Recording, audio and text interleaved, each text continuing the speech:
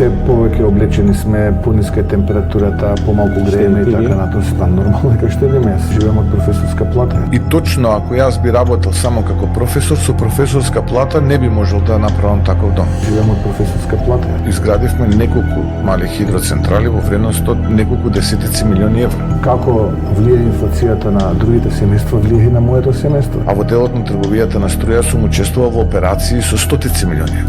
Не водам бизнес, немам дополнителни приходи. 2009 година кога почнав да влегувам во овие бизнес води, зборувам за десетици милиони евра.